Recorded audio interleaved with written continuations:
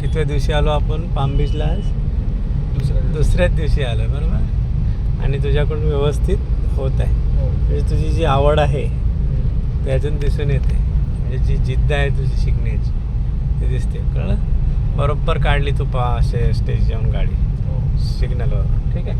ही गाडी बघ वर येऊ शकते रोडवर, ते बघायचं. अंदाज घेऊनच पुढे चालायचं. वाढवता हळूहळू स्पीड वाढवायचा आणि 20च्या वर स्पीड गेला आपला सेकंड टाकायचा.